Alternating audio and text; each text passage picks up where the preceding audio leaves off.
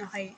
Nag-edit ako ng picture ni Ibiang, ni Dina Wong, at ni Ilid Jesus, di ba? Pinost ko. So may nag-react.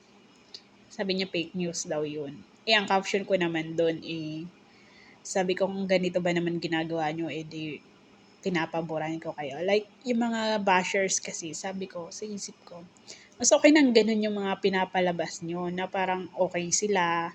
Like, kahit na hindi talaga sila close in person, hindi talaga sila totally okay, at least civil na sila. Nakikita natin sila kahit saan sila magpunta sa around the court, nagpapansinan sila pag may game sila.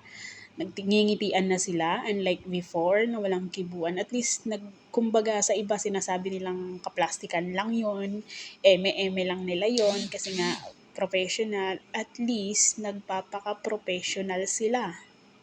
'Di ba? At least kaya nilang gawin yon para ipakita sa inyo na okay na between them, na wala nang ganun kabigat na issue. Kasi ang dami pa ring basher na hindi maka-move on. Kayo lang talaga yung nagpapagulo, kayong mga toxic na taong bashers. Ganun. Sa kanila civil na sila pero kayo ini-issue nyo pa rin. Hindi nyo pa rin tinitigilan sa tawag dito, kung ano-anong pambabash yung ginagawa nyo.